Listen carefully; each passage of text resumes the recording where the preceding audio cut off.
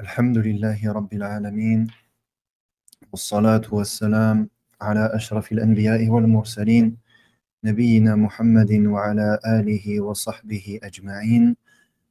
اللهم إنا نسألك بأسمائك الحسنى وصفاتك العلى أن تجعل هذا العمل خالصا لوجهك الكريم، كما نسألك يا الله بأنك أنت الواحد الأحد الصمد الذي لم يلد ولم يولد ولم يكن له كفوا أحد، أن تفقهنا في الدين وأن تجعلنا هداة مهتدين غير ضالين ولا مضلين. أما بعد، فالسلام عليكم ورحمة الله وبركاته. Continuons, Inch'Allah Ta'ala, notre traduction du livre Les 10 comportements de Cheikh Salih Al-Usaymi, Hafidhahullah Ta'ala. Et nous nous étions donc arrêtés au sixième comportement. Nous voyons donc aujourd'hui, Inch'Allah Ta'ala, le septième. قال المصنف حفظه الله: السابع: رد التثاؤب ما استطعت وأمسك بيدك على فيك ولا تقل Repousse le bâillement autant que possible. Retiens ta bouche avec ta main et ne dis pas ah, ah. Le septième comportement parmi les 10 comportements est le comportement du bâillement. Et il y a ici 3 points. Le premier, c'est le fait donc de repousser le bâillement.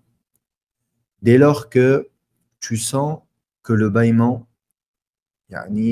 arrive, que tu sens que cela va sortir, alors il faut que tu le repousses. Il faut que tu le repousses autant que possible. Il faut repousser cela autant que possible. Deuxièmement, il dit wa amsik biyadika ala fik, et retiens ta bouche avec ta main. Et donc ici, c'est le fait de mettre sa main sur sa bouche lorsque l'on bâille. Donc, si la personne n'arrive pas à retenir totalement le bâillement, bien il lui est obligatoire de mettre sa main et de la mettre sur sa bouche, de mettre sa main sur sa bouche. Et cela afin que la personne ne se retrouve pas dans une situation qui n'est pas louable. Le fait qu'une personne bâille la bouche grande ouverte, ceci est quelque chose de mauvais. Et ceci est reconnu dans tous les us et coutumes. Il n'y a pas un peuple, il n'y a pas une communauté de personnes qui va dire que le fait de bâiller en ayant la bouche ouverte, c'est quelque chose de normal. Plutôt, c'est quelque chose de repoussant. C'est quelque chose de repoussant. Et ici, le cheikh, il dit, quelle main utiliser pour repousser le bâillement? Il dit, ici, c'est en fonction de la situation. Si la personne, elle a sa bouche qui est propre et qu'il n'y a pas de mauvaise odeur qui sort de sa bouche, alors il utilise sa main droite. Et si jamais, à l'inverse, la personne, elle a une mauvaise odeur qui sort de sa bouche, alors elle utilise la main gauche. Et ce qui est meilleur, c'est d'utiliser le dos de la main. Ce qui est meilleur, c'est d'utiliser le dos de la main et non pas la paume. Donc, qu'est-ce qu'on utilise si jamais la personne, lorsqu'elle bâille, elle sait qu'elle a une mauvaise haleine? Alors, la main gauche. Si elle sait qu'elle a la bouche qui est propre, eh bien la main droite. Et de la main, on utilise le dos. C'est ce qui est prioritaire. Ce qui est prioritaire, c'est d'utiliser le dos de la main. Afin que la personne, par la suite, lorsqu'elle utilise sa main pour manger ou pour boire, eh bien, ce n'est pas l'intérieur de sa main, ce n'est pas la paume de sa main qui aura été en contact avec sa bouche, mais c'est plutôt le dos de sa main.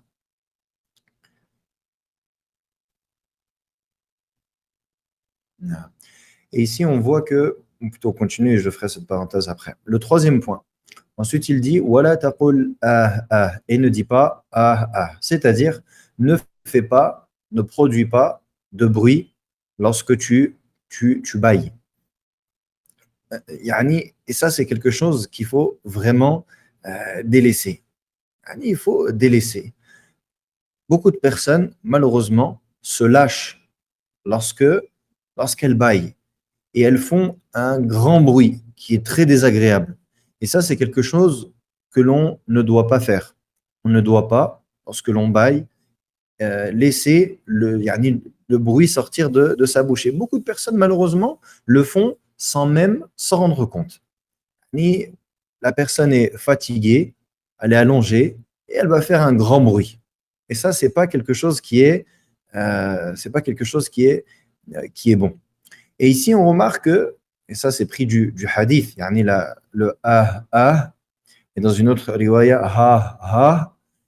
Ici, on voit que c'est ce qu'on appellera en français des onomatopées. Et ici, le cheikh dans le sharh, il dit il n'est pas bon d'imiter de manière totale ou d'imiter totalement, complètement ce genre de mauvaises choses. Ici, on a dit le fait de faire du bruit lorsque l'on baille, c'est mauvais. Si tu veux faire comprendre à la personne que faire cela est mauvais, ne va pas imiter et faire ce bruit qui est mauvais pour lui faire comprendre que c'est mauvais. Ici, regardez dans le hadith, le prophète sallam, il a dit ah, ah. Est-ce que quand on baille, on fait ah, ah? Non, on ne fait pas ce bruit-là. Mais c'est un bruit qui ressemble et qui est un bruit qui ne comporte pas qui n'est pas quelque chose de repoussant. Et par cela, on comprend ce que l'on veut dire. On comprend ce que l'on veut dire.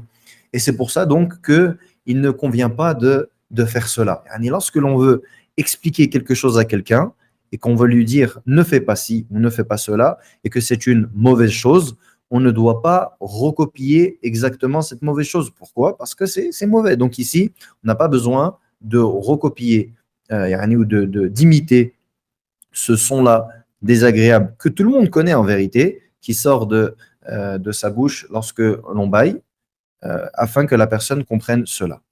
Et dernier point que je rajoute moi, on voit ici, subhanallah, la grandeur de l'islam. Et on voit à quel point notre religion bénie, la religion d'Allah, tabaraka wa ta'ala, est venue avec les meilleurs comportements. Et qu'en vérité, ces choses-là, on doit les prendre et on doit les puiser de notre religion. Et c'est triste et malheureux de voir que certaines personnes apprennent ces comportements par les kuffars, et que ce sont donc les mécréants qui enseignent, peut-être même à nos enfants par exemple, que c'est quelque chose de mal poli, et que l'enfant il rentre à la maison et qu'il dit regarde, pourquoi est-ce que tu fais ça, c'est mal poli, tu n'as pas mis ta main devant ta bouche. Et subhanallah, ce n'est pas les parents qui apprennent aux enfants que dans notre religion on ne doit pas se laisser aller dans le bâillement, et qu'on doit repousser le bâillement, et qu'on doit le faire de manière propre, en retenant cela avec sa main et en utilisant telle main de telle manière, et ne pas faire de bruit. Et subhanallah, on n'a pas besoin d'attendre les kuffars pour appliquer ces comportements-là. Et on voit en vérité que celui qui pratique la religion d'Allah tabaraka wa ta'ala, il a dans sa pratique tout ce dont il a besoin afin de vivre une bonne vie, et en particulier en ce qui concerne les comportements. Le huitième comportement. قال المصنف حفظه الله الثامن إذا انتهيت إلى مجلس فسلم. Lorsque tu arrives dans une assemblée, alors salue. واجلس حيث ينتهي المجلس. Puis assis-toi là où l'assemblée se termine. ولا تجلس بين الشمس والظل. Et ne t'assois pas entre le soleil et l'ombre. ولا تفرق بين اثنين إلا بإذنهما. Et ne sépare pas deux personnes sans leur permission. ولا تقم أحدا من مجلسه. Et ne lève personne de sa place. وَافْسَحْ لِمَنْ دَخَلْ, fais de la place à celui qui rentre. وَاذْكُرِ اللَّهَ فِيهِ, évoque Allah. وَأَقَلُّهُ كَفَّارَاتُهُ, فَتَقُولُ سُبْحَانَكَ اللَّهُمَّ وَبِحَمْدِكَ أَشْهَدُ أَنْ لَا إِلَهَ إِلَّا أَنْتَ أَسْتَغْفِرُكَ وَأَتُوبُ إِلَيْكَ. Et évoque Allah, et l'évocation minimum est que tu dises Subhanaka Allahumma wa bihamdik, ashhadu an la ilaha illa ant, astaghfiruka wa atubu ilayk. Exempté sois-tu, ô Allah, et glorifié. J'atteste qu'il n'y a de divinité digne d'être adoré que toi. Je te demande pardon et me repens à toi. Le 8e comportement est le comportement des assises. Et le comportement des assises. Et il y a 8 points. Le premier, إذا انتهيت إلى مجلس فسلم, أي إذا بلغت مجلسا ووصلت إليه فألق السلام على أهله. Lorsque tu arrives dans une assemblée, alors salue les gens de cette assemblée. وأكمل إلقاء السلام, et la meilleure formulation de السلام c'est السلام عليكم ورحمة الله وبركاته, comme nous avons pu le voir dans le premier cours. والمسألة الثانية في قوله واجلس حيث ينتهي المجلس. Et le deuxième point c'est puis assis-toi là où l'assemblée se termine.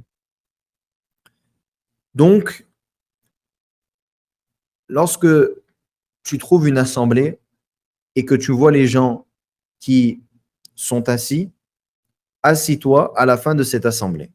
Et ici, le cheikh fait une précision. Il dit فَإِنَّ النَّاسَ كَانُوا إِذَا جَلَسُوا انضَمَّ بَعْضُهُمْ إِلَى بَعْضٍ.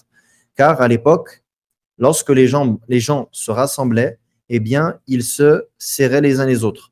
وَلَمْ تَكُنِ الْعَرَبُ يَجْلِسُ أَحَدُهَا فِي طَرَفٍ وَالْآخَرُ فِي طَرَفٍ بَلْ كَانُوا يَجْلِسُونَ مُتَقَارِبِينَ. Et les Arabes ne s'asseyaient pas l'un dans un coin et l'autre dans un autre coin, dans une autre extrémité, mais plutôt ils s'asseyaient proches les uns des autres.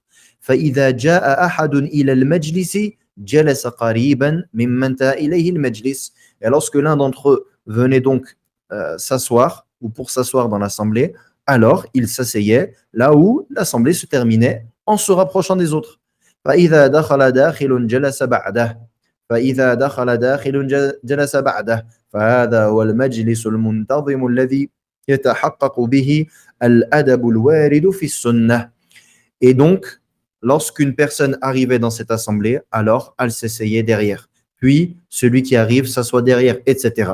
Il dit, et c'est de cette manière-là que l'assemblée, l'assise, doit se faire afin qu'elle concrétise la sunna. Et ici, je rajoute que Cheikh Al-Albani, rahimahullah, il a fait cette remarque dans des duros. Tu l'entends que, il commence le dars, et avant de commencer, il dit, et j'invite les frères à se rapprocher de moi, et de ne pas s'asseoir chacun dans un coin. Et ça, malheureusement, on voit beaucoup de personnes qui, dans les mosquées de nos jours, font cela. Il y a donc l'enseignant, l'imam, peu importe, celui qui prend la parole, il est assis.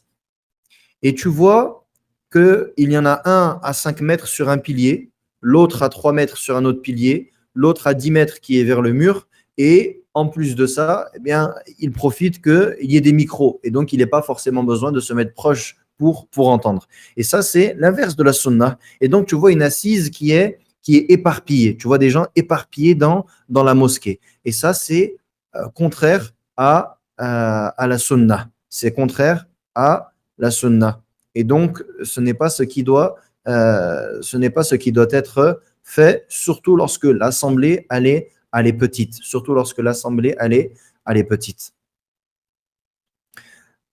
يقول أما المجالس المتفرقة التي صارت عليها حال الناس فليست مما يجري فيه هذا فتجد 3 في مجلس كبير يجلس أحدهم غربا ويجلس الآخر جنوبا فإذا دخل الداخل فلا بأس أن يجلس شمالا لأن المجلس قد تفرق أهله فهو يتخير منه ما شاء إذ لا منتهى له.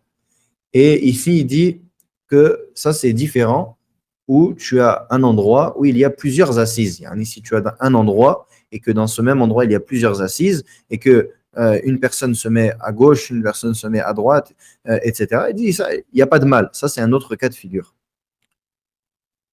Il a dit, mais l'assemblée où les gens s'assoient de manière proche les uns les autres, il dit la sunna, c'est donc que la personne, elle s'assoit là où l'assise se termine, donc à la fin de l'assise. Et ça veut dire quoi? Ça veut dire que on n'a pas à passer entre les personnes qui sont assises dans une assemblée pour prendre une place qui est, pour essayer de trouver une place. Donc, tu vois, les gens sont tous assis devant un cheikh, par exemple, ou autre, yani, à la maison, ils sont réunis. Al-Muhim, peu importe l'assemblée, peu importe l'assise.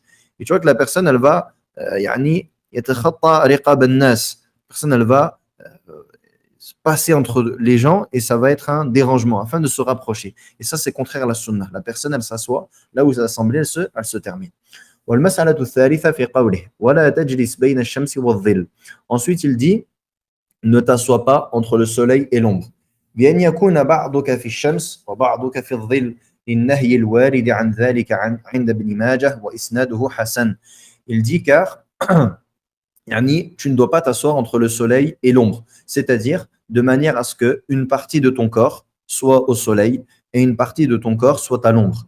Car il y a une interdiction du prophète sallallahu alayhi wa sallam concernant cette position-là. Et ceci est rapporté chez Ibn Majah et sa chaîne de transmission est bonne. وروي أنه مجلس الشيطان في أحاديث لا يثبت منها شيء فالنهي عنه ثابت عن النبي صلى الله عليه وسلم وأما تعليله بكونه مجلس الشيطان فيروى فيما لا يثبت إسناده. Il dit donc, il y a un hadith dans lequel le prophète sallallahu alayhi wa sallam aurait dit que ceci est la position du diable ou la façon de s'asseoir du diable. Il dit, mais ces hadiths ne sont pas authentiques. Et ce qui est authentique, c'est l'interdiction du prophète sallallahu alayhi wa sallam sans nous informer de la cause. Ici, le prophète alayhi wa sallam nous a interdit cette position sans nous citer la cause. Et, walillahi alhamd, nous n'avons pas besoin, en tant que musulmans, que d'avoir la raison pour laquelle ceci est interdit. Mais il nous suffit plutôt de savoir que le prophète sallallahu alayhi wa sallam l'a interdit pour ne pas faire cela. والمسألة الرابعة في قوله ولا تفرق بين اثنين إلا بإذنهما. Ensuite, ne lève personne de sa place, ou plutôt, ne sépare pas deux personnes sans leur permission. On ne doit donc pas s'asseoir entre deux personnes sans demander la permission. On ne doit donc pas séparer deux personnes sans leur permission. Donc, si jamais tu vois un petit espace entre deux personnes, ça, c'est des choses qui arrivent souvent dans les mosquées. C'est des situations que l'on rencontre souvent dans les mosquées. Lorsqu'on veut accomplir la salat, ou alors encore pour écouter un dars, et en particulier les moments où il y a du monde, tel que le vendredi, etc. Al-Muhim. Donc, si jamais tu vois deux personnes assises et qu'il y a un petit peu d'espace entre les deux, tu n'as pas le droit de les séparer sans leur permission. Et encore moins s'ils sont collés. Et encore moins s'ils sont collés. Donc, si jamais tu veux t'asseoir entre les deux, alors tu dois demander la permission. En revanche, si les deux personnes sont assises, mais qu'il y a entre les deux l'espace d'une place, alors, à ce moment-là, tu n'as pas à demander la permission. Pourquoi? Parce que c'est une place. Parce que c'est une place.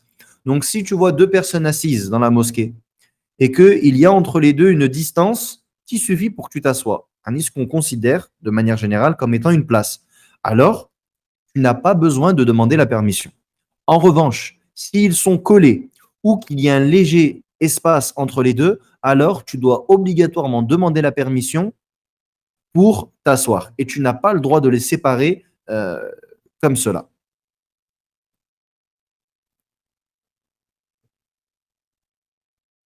Et un autre exemple, une classe où il y a, comme c'est le cas souvent, tu as des tables et des chaises. Tu as des tables et des chaises. Et donc la place une place, c'est une place. On ne peut pas, c'est pas comme dans une assise à la mosquée où on peut se coller véritablement. Et qu'il n'y a pas vraiment de place et que les places se font en fonction de l'espace. Ici, les places sont déterminées. Donc, ici, pareil, tu rentres dans une classe, deux personnes, il y a trois tables, trois chaises, deux personnes sont assises et au milieu, il y a une chaise avec une table qui est vide. Tu t'assois et tu n'as pas besoin de demander la permission aux deux, car ici, on sait que ils ne sont pas collés, donc ça ne rentre pas dans ce jugement, jugement-là. والمسألة الخامسة في قوله ولا تقم أحدا من مجلسه. Ensuite, il dit et ne lève personne de sa place. Tu ne dois donc ordonner, tu n'as pas le droit d'ordonner à quelqu'un de se déplacer, de changer de place ou de s'enlever.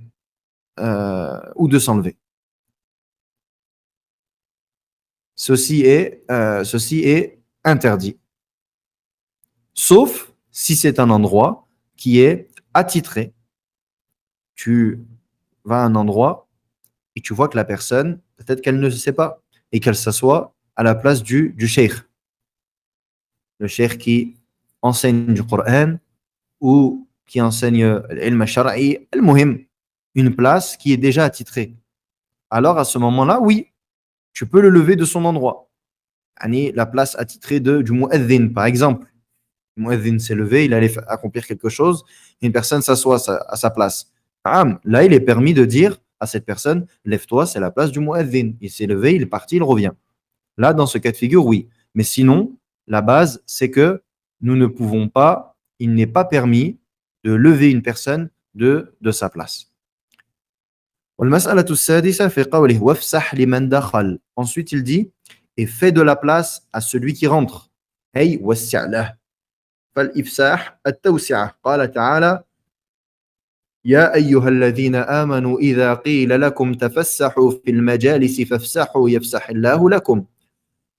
Donc, on doit faire de la place à celui qui rentre. Cela fait partie du bon comportement. Lorsque tu es assis dans une assise et que tu vois quelqu'un qui rentre et qui a envie de s'asseoir, et fait partie du bon comportement que de lui laisser une place. Tafaddal, on lui laisse une place et il ne convient pas d'être, de ne pas voir plus loin que le bout de son nez et de penser qu'à soi. Ouais, mais si je laisse une place, moi je vais être serré, je ne vais pas être à l'aise. Dans la limite du raisonnable, évidemment. Dans la limite du raisonnable, évidemment. Et ça, pour ceux qui ont l'habitude de s'asseoir dans les doros, des fois, le nefs, il n'est pas très en accord avec cela. Mais il faut combattre son nefs et il faut penser à son frère parce que peut-être qu'aujourd'hui, toi, tu arrives au bon moment et tu as ta place, mais peut-être que demain, ce sera toi. Et comme tu aurais aimé qu'on te fasse de la place, si jamais tu avais besoin de cela, eh bien, fais de la place à ton frère. Et ceci est un ordre d'Allah subhanahu wa ta'ala. Dans Surat al-Mujadala, Allah ta'ala, il nous dit, dans la traduction, ô vous qui avez cru, lorsqu'il vous est dit, faites de la place dans les assemblées, alors faites-en afin que Allah vous accorde également l'ifsah. Et comment traduire ça je ne veux pas le traduire car je ne veux pas dire de bêtises. يعني فافسحوا يفسح الله لكم يفسح الله لكم الله أعلم la traduction. يعني يوسع الله لكم أما بالفرنسية فالله أعلم. وتوسيع الله على الجالسين إذا وسعوا نوعان. Et ici le tawsi' d'Allah, يعني le fait que Allah te fasse l'ifsah, qu'il te fasse de la place, je ne pense pas que ce soit correct de dire ça en français. En tout cas, faites de la place et Allah vous rendra l'équivalent. Ici, le d'Allah Ta'ala, il est de deux sortes. Premièrement, tawsi'un hissi, بأن يطيب لهم المقام ويجدوا في جلوسهم راحة فلا يضيق أحدهم على غيره.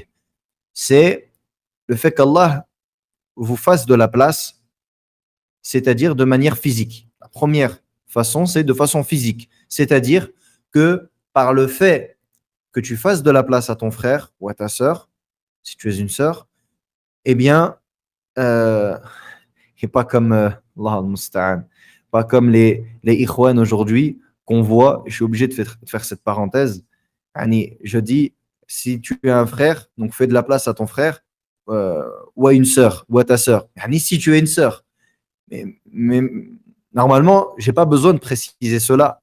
Mais aujourd'hui, quand on voit les Ikhwan, d'Arifton et compagnie, et c'est vraiment leur nom, qui sont sur YouTube, qui est une chaîne très connue, subhanallah, tu les vois faire des podcasts assis entre hommes et femmes, et le sujet, c'est la sexualité. Allahul musta'an. Naam. Et ça, c'est quelque chose de tout à fait normal chez les Ikhwan. Les frères musulmans, c'est tout à fait normal chez eux. Et ça fait partie des choses qui sont correctes et acceptables. Yani des hommes et des femmes qui s'assoient ensemble, qui sont filmés pendant 1 heure et demie, et en plus de ça, qui discutent de quel sujet? De la sexualité. Masha'Allah. Et des centaines ou des dizaines de milliers de vues, si ce n'est pas des centaines de milliers. Et les gens dans les commentaires, tout le monde trouve ça normal. Tout le monde trouve ça normal. Allah al-Musta'an. Prenez garde. Et Inch'Allah, ils vont, bi'idhnillahi ta'ala, on abordera cela et on mettra en garde contre ces actes. Donc, subhanallah, ici, ça m'a fait penser à ça. Le fait d'avoir besoin de préciser cela, bien que ce soit quelque chose de logique par la saine nature, subhanallah. Bil fitra, ya'lamu al-muslimu dhalik. أما هؤلاء فقد تلوثت فطرتهم الله المستعان بهذه الشبهات الخطافة الله المستعان نسأل الله السلامة والعافية نعم donc le tawsi' d'Allah Azza wa Jalla, Allah vous fera de la place, vous espacera, c'est-à-dire donc de deux catégories. La première catégorie, c'est le fait que l'endroit, Allah Jalla wa Ala, il met dans l'endroit une certaine aisance. Et que les gens, par le fait qu'ils se soient fait de la place les uns les autres, et ben Allah Ta'ala va faire en sorte que physiquement, ils ne ressentent pas le resserrement. Et le deuxième sens, c'est un tawsi' ma'nawi, قال بأنس نفوسهم والتذاذهم بجلوسهم. Et la deuxième sorte, c'est le fait que Allah Ta'ala leur accorde une assise dans laquelle les âmes, elles sont proches, et qu'ils prennent, qu'ils aient comment dire ça, qu'ils prennent du plaisir à se rassembler, et qu'ils ressentent une sérénité dans leur assise, de manière donc qui n'est pas physique. المسألة السابعة واذكر الله فيه. Septième point, évoque Allah dans cette assise. وذكر الله شرعا هو حضوره وشهوده في القلب واللسان أو أحدهما. Et donc c'est le fait que le rappel d'Allah subhanahu wa ta'ala, il soit dans ton cœur ou sur ta langue, ou les deux, dans ton cœur et dans ta langue. Ça, c'est le dhikr d'Allah subhanahu wa ta'ala, le fait d'évoquer Allah dans ton cœur et dans ta langue, ou un des deux. Et donc, c'est ce qui est demandé dans l'assise. Dans l'assise, il est demandé d'évoquer Allah Jalla wa Ala. Et ici, cela veut dire également que on doit, dans nos assises, éviter de dire de mauvaises choses et de dire des choses que Allah Jalla wa Ala déteste. Et donc, parmi les meilleurs moyens que Allah Jalla wa Ala nous a accordés afin de ne pas tomber dans ces péchés-là, les péchés des assises, concernant les propos, eh bien, il y a le fait d'évoquer Allah Jalla wa Ala et de parler d'Allah subhanahu wa ta'ala. Ensuite, il dit وَأَقَلُّهُ كَفَّارَتُهُ فَتَقُولُ سُبْحَانَكَ اللَّهُمَّ وَبِحَمْدِكَ أَشْهَدُ أَنْ لَا إِلَهَ إِلَّا أَنْتَ أَسْتَغْفِرُكَ وَأَتُوبُ إِلَيْكَ. Et le minimum du dhikr que tu puisses prononcer, c'est Subhanaka Allahumma wa bihamdik ashhadu an la ilaha illa anta astaghfiruka wa atubu ilayk. Et ça, c'est al-kaffara. Al-kaffara, kaffaratul majlis, l'évocation d'expiation. L'évocation d'expiation. Lorsque tu dis ce dua, le prophète sallallahu alayhi wa sallam nous a informé que lorsque on se rassemble, que des musulmans se rassemblent, et qu'ils terminent leur assise par Subhanaka Allahumma wa bihamdik ashhadu an la ilaha illa ant astaghfiruka wa atubu ilayk, eh bien Allah Jalla wa Ala, il pardonnera les mauvaises choses qui ont été prononcées dans cette assise, telles que toutes les mauvaises choses de manière générale qui ont pu être prononcées dans cette assise.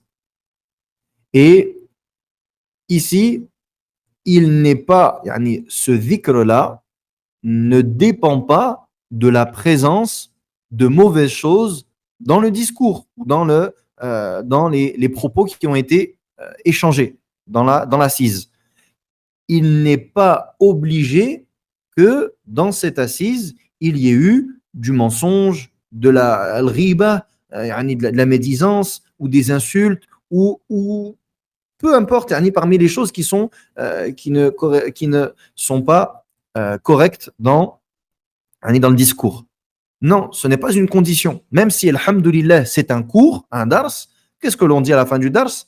Subhanaka Allahumma bihamdik, ashhadu an la ilaha illa anta, astaghfiruka wa atubu ilayk. Et il a rapporté que le prophète sallallahu alayhi wa sallam, il disait cela à la fin des assises de Coran. Allez, combien de temps est-ce qu'on a? Allez, on rajoute Inch'Allah encore. Inch'Allah, on termine. On termine, bi'idhnillah, il ne nous reste que 2, ce sera court. Inch'Allah ta'ala, peut-être une dizaine de minutes et on aura terminé. Inch'Allah ta'ala. التاسع أعطي الطريق حقه فغض بصرك وكف الأذى ورد السلام وأمر بالمعروف وانهى عن المنكر. 9e comportement, donne à la route son droit, baisse le regard, ne commet aucun tort, rend le salam, ordonne le convenable et interdit le blâmable. Il y a donc 5 points. Le premier point, أعطي الطريق حقه, donne à la route son droit. Et ça, c'est donc le fondement le plus général et le plus global dans le comportement. Le comportement de la route, comportement de la route, du chemin, quand on est dehors. Et donc, le comportement le plus global qui englobe tout le reste, c'est donner à la route son droit. Donner à la route son droit.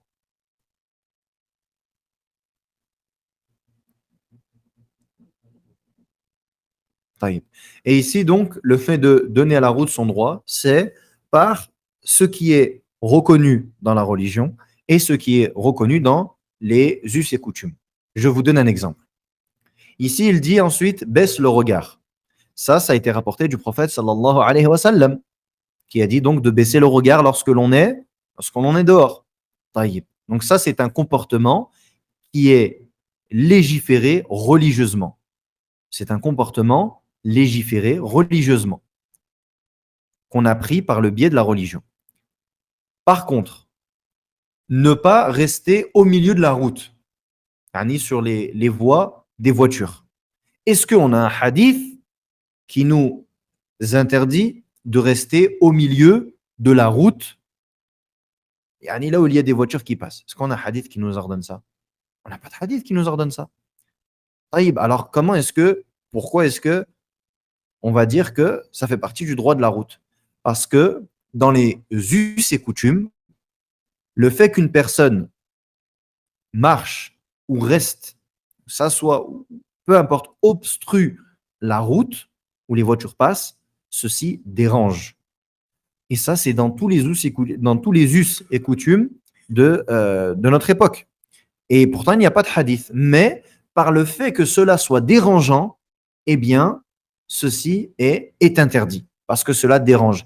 Et donc fait partie, de nos jours, du droit de la route que de ne pas se mettre sur les voies dédiées aux voitures, les voies dédiées aux vélos, les voies dédiées aux bus, ou que sais-je encore.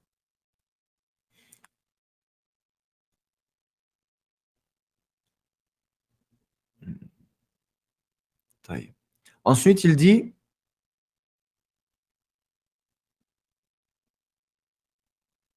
baisse le regard. Deuxième point, baisse le regard.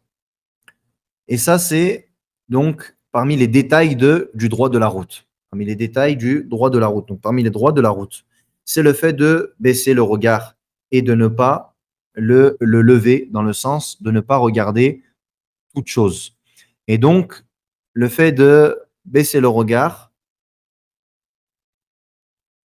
de manière générale. Yani ne fait pas partie du bon comportement que lorsque l'on marche, on observe de tous les côtés, yani de manière curieuse. On regarde à gauche, à droite, en haut. Et ça, c'est contraire à la sunnah du prophète sallallahu alayhi wa sallam et à son ordre. Car yani, il y a des choses qui sont, yani, lorsque la personne elle regarde de partout, elle peut voir des choses interdites ou des choses qu'elle n'a pas à voir. Tu vas peut-être regarder une fenêtre et tu vas voir une chose que tu n'aurais pas dû voir. Ou tu vas regarder un portail qui s'est ouvert et tu vas regarder à l'intérieur des choses que tu n'aurais pas dû voir, que tu n'as pas le droit de voir parce que ça fait partie de la vie privée des gens. Ça fait partie de leur aura. Peut-être que tu vas voir une femme alors que tu n'as pas le droit de la voir, etc., etc. Et donc, de manière générale, on doit baisser le regard. Et de manière particulière, on doit baisser le regard par rapport aux choses interdites. Et parmi les choses aujourd'hui, et en particulier, Allah al-Musta'an, pour ceux qui vivent dans les pays non musulmans, et on demande à Allah subhanahu wa ta'ala de faciliter à nos frères et à nos sœurs d'émigrer en terre d'islam et de faciliter à ceux qui sont en terre d'islam afin qu'ils y restent. Amin. Et donc, aujourd'hui, malheureusement, beaucoup de fitanes sont présentes dans la rue, beaucoup de fitanes de tentation. Et donc, il faut baisser le regard. Il faut baisser le regard. Toi, mon frère, lorsque tu es dehors, ne regarde pas les femmes de manière générale, et encore moins les femmes qui sont découvertes, qui sont dénudées, parce que ceci est interdit. Et Allah subhanahu wa ta'ala a ordonné aux croyants dans le Coran de baisser le regard. Et également parce que cela va, de manière, premièrement parce que c'est interdit, et en plus de cela parce que les répercussions négatives derrière vont être extrêmement nombreuses. Et wallahi, que ce soit pour, là je m'adresse aux frères, parce que c'est plus une tentation pour les hommes que pour les femmes, mais ça concerne également les femmes. Et Allah Ta'ala dans le Coran, il a donné l'ordre aux deux, aux hommes et aux femmes. Il a commencé par les hommes, puis les femmes. Et ici, donc, mes frères, il faut apprendre à baisser le regard et à ne pas regarder tout ce qui est en face de soi. Et wallahi, que ça cause énormément de tort. Et que le frère, il soit célibataire ou marié. Si le frère, il est célibataire et qu'il commence à regarder les femmes qui sont dénudées dehors, il va avoir plus de shahwa, tu vas avoir plus de désir, plus d'envie. Et ça va t'amener au haram. Tu vas commencer par regarder, ensuite tu vas avoir envie d'aborder, de parler, etc., etc., etc. Wallah al-musta'an.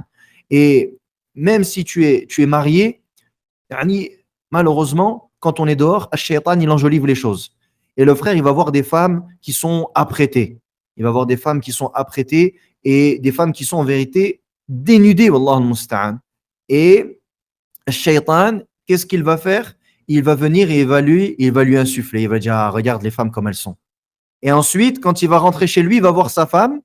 Qu'est-ce qu'il va faire? Il va comparer. Il va dire, ah, aujourd'hui, j'ai vu celle-ci, j'ai vu celle-là. Ah, elle est plus belle que ma femme. Ah, ma femme, elle est comme ci, elle est comme ça. Et tout ça, c'est quoi? C'est les ruses de Shaitan.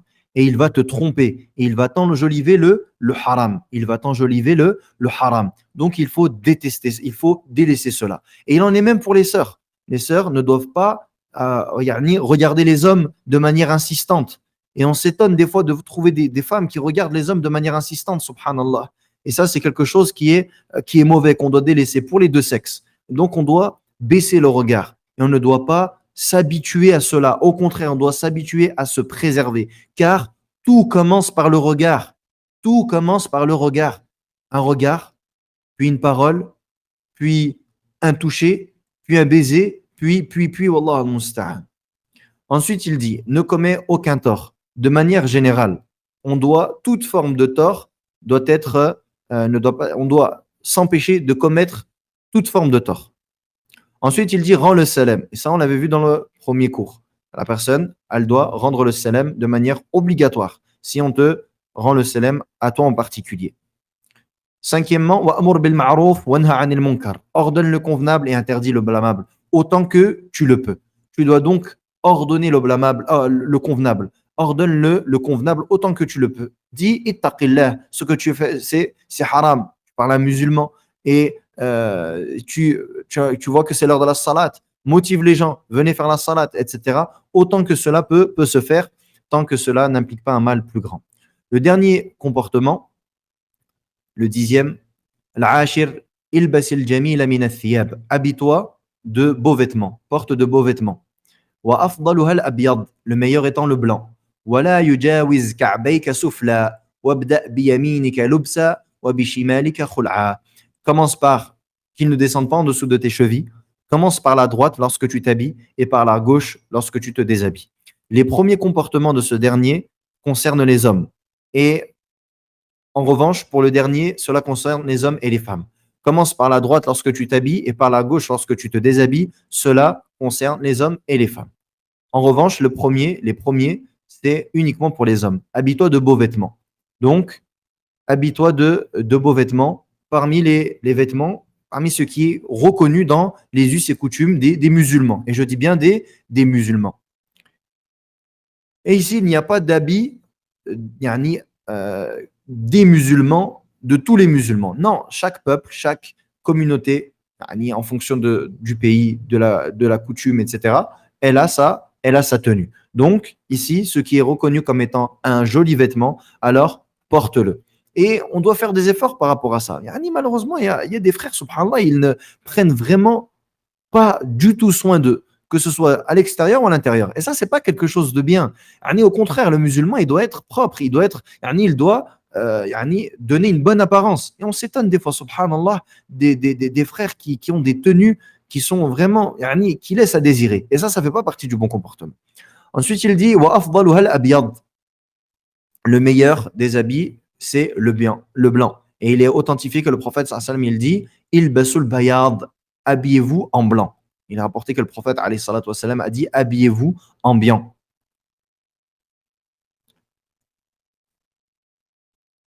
Ensuite, troisième point, wala yujawiz ka'bayka sufla, qu'il ne descende pas en dessous de tes chevilles. Et la cheville, c'est les deux os qui sont juste au-dessus du pied, à gauche et à droite. C'est ça, al-ka'bayn en arabe. Donc, ça ne doit pas dépasser, c'est les deux boules que tu as au niveau entre ton pied et ta cheville. En bas de ta cheville, tu as deux boules, à gauche et à droite. Eh bien, et ça, c'est pour les hommes, on ne doit pas avoir l'habit qui descend en dessous de cela. Car le prophète sallallahu alayhi wa sallam nous a dit ma asfala min al-ka'bayn fahuwa fin nar, ce qui est en dessous des chevilles est voué à l'enfer. Et ici, si jamais quelqu'un nous dit oui, mais ici ça concerne la personne qui est orgueilleuse. Nous disons ceci est haram de manière générale. Il n'est pas permis à l'homme de porter un habit qui descend en dessous des chevilles. Et si jamais il fait cela avec orgueil, alors c'est encore plus haram et c'est encore plus grave et le péché est plus grand. Donc, dans les deux cas, ceci est interdit. Dans les deux cas, ceci est interdit. Ensuite, il dit wabda biyaminika lubsa, commence par la droite lorsque tu t'habilles. Commence par exemple, si tu mets un t-shirt ou un qamis, où on met les mains, eh bien, commence par mettre ta main droite dedans, puis gauche. Et lorsque tu enlèves tes habits, eh bien, l'inverse. Et il en est de même pour lorsque l'on met ses chaussures ou lorsque l'on met ses sandales. On commence par mettre ses chaussures, on met son pied droit en premier, ensuite son pied gauche. Et quand on enlève d'abord le pied gauche et ensuite le pied droit. Et de manière générale, faire avec la droite. Et également, par exemple, le siwak. On commence le siwak par la droite, ou même se brosser les dents. Quand on se brosse les dents, on commence par la droite et ensuite vers la gauche. Quand on se coupe les ongles, on commence par la main droite, les doigts qui sont à droite. Et dans la main gauche, on commence par les doigts qui sont à gauche. De la droite qui sont à droite, donc de la droite vers la gauche. Et donc, lorsque l'on s'habille, on commence par la droite et lorsque l'on se déshabille, on commence par enlever à gauche. Et nous avons terminé, bifadlillahi ta'ala, la traduction et l'explication de Al-Adab Al-Ashara de Cheikh Salih Al-Usaymi, hafidhahullah ta'ala. Et alhamdulillah, cet épître, bifadlillahi ta'ala, on l'a terminé de nombreuses fois et on ne se lasse jamais de le répéter. Et c'est ainsi la science. Car ce qui nous est demandé de la science, c'est la mise en pratique. Ce qui nous est demandé de la science, c'est la mise en pratique. Et j'espère que, incha'Allah ta'ala, nous ferons tous les efforts afin de mettre en application ces choses-là et que l'on fera l'effort également d'enseigner cela à nos proches, parmi nos parents, nos enfants, nos frères, nos sœurs, nos époux, nos épouses, etc. Et on demande à Allah subhanahu wa ta'ala d'accepter de nous cette œuvre-là, et on demande à Allah subhanahu wa ta'ala de nous aider à mettre en pratique cette science. Wallahu a'lam. Wa sallallahu wa sallim ala nabiyyina Muhammad wa ala alihi wa sahbihi ajma'in. سبحانك اللهم وبحمدك أشهد أن لا إله إلا أنت أستغفرك وأتوب إليك.